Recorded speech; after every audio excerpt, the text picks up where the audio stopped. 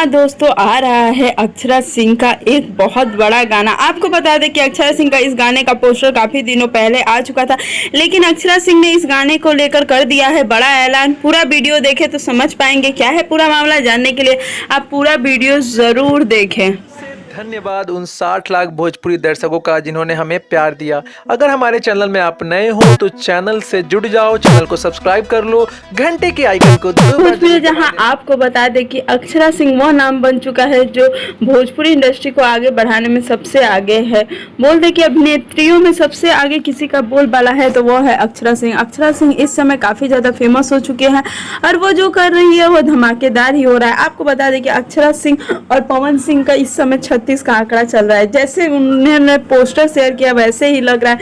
पवन सिंह का कल एक पोस्टर आया, मुझे घंटा फर्क नहीं पड़ता है, उसके 14 मिनट बाद ही अक्षरा सिंह ने पोस्टर लॉन्च कर दिया, तू सुधर बना।